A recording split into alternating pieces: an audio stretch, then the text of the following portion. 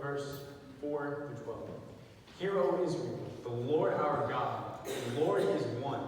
You shall love the Lord your God with all your heart, with all your soul, and with all your strength. And these days,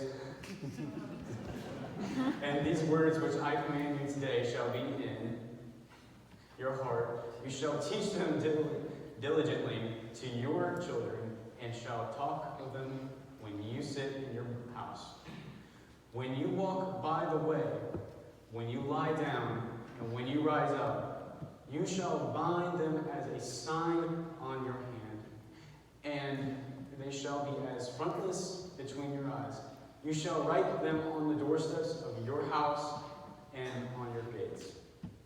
So it shall be, when the Lord your God brings you into the land of which he swore to you, to your fathers, to Abraham, to Isaac, and to Jacob, to give you large and beautiful cities which you did not build, houses full of all good things which you did not fill, hewn out, wells which you did not dig, vineyards and olive trees which you did not plant. When you have eaten and are full, then beware, lest you forget the Lord who brought you out of the land of Egypt, from the house of the bondage. This is the word of God for the people of God. Thanks be to God. You may be seated.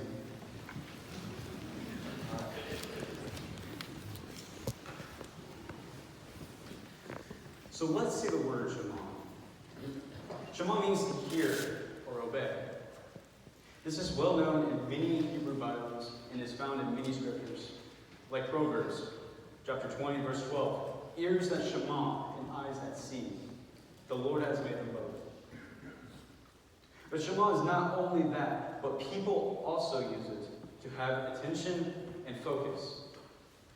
For example, Leah, who isn't loved by her husband Jacob, she names her son Simon, or in Hebrew, Shimon, because the Lord has Shema, that I am loved. We see how Shema is used to listen and to pay attention to. Responding also is used in the book of Psalms, chapter 27, verse 7. Shema my voice when I call, Lord. Be merciful to me. Shema also means obey. Obey means to carry out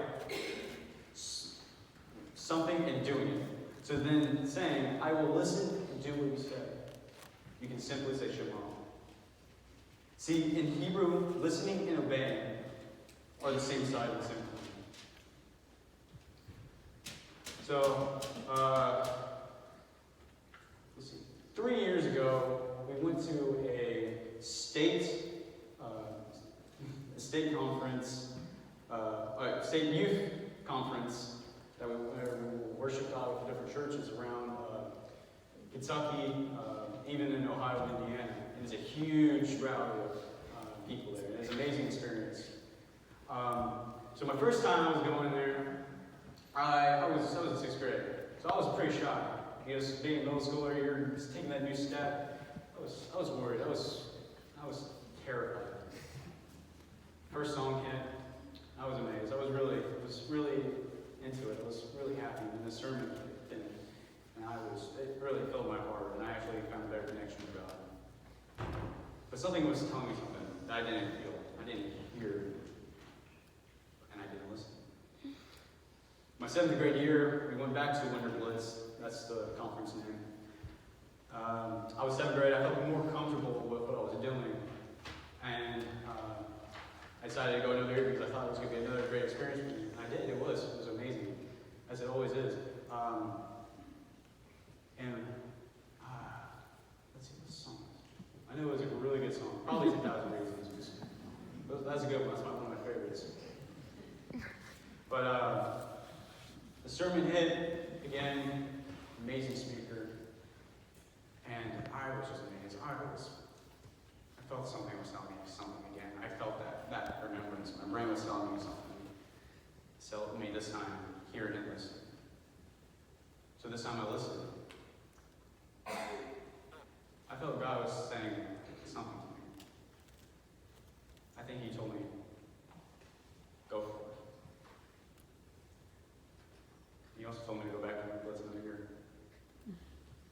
So I did. In my 8th grade year, I went back. This time I felt so relaxed to do this because I got comfortable. I know a lot of people from different churches went there. Had great songs, had great activities there, and then the sermon hit me. This time, I accepted it. I accepted to listen and obey. God told me, I have a calling for you. I want you to go forward. And so I did. I volunteered to go to youth mission trips. I volunteered to go and help out with an Amen house. Sometimes I go out and have another great time in the place. So I followed my mom. I want you guys to follow yours too. So I want to encourage everyone to Shema. I want to encourage you guys to listen, to hear, and obey. I want you to respond to God's word. I want to encourage the elderly to give knowledge and wisdom to the young, because you guys have a longer connection with God. I want you to share it with the youth. I want you to listen to the elderly, because I promise you they have such great knowledge and wisdom to tell you, so that you can have a bigger connection with God.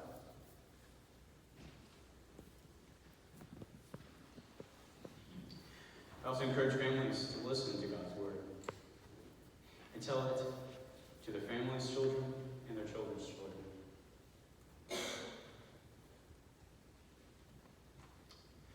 So when Jesus knocks at your door, you can say, I am here, Lord. Or you can simply say, Shema. I encourage you to open that door, not just for yourself, but for others. Here or without. Because remember what in the Bible, Noah did. God told him to build an ark. And so Noah did. Noah heard, listened, and obeyed. When God told Moses, when he was exiled of Egypt, he said, I want you to free my people. You know what Moses did? He freed his people. He got them out of Egypt because he heard, listened, and obeyed. Now the big one is Jesus. Jesus immediately went, heard, listened, and obeyed. Because he knew what God is planning for him. He knew the steps, which you guys can do too.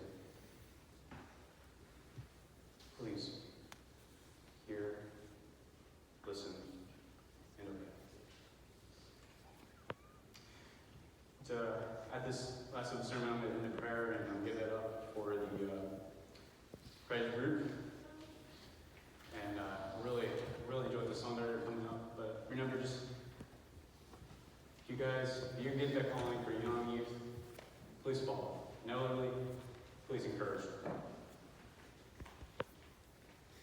What's in the prayer? Lord, open our ears. If we can't hear, clean them. Lord, move our feet so that we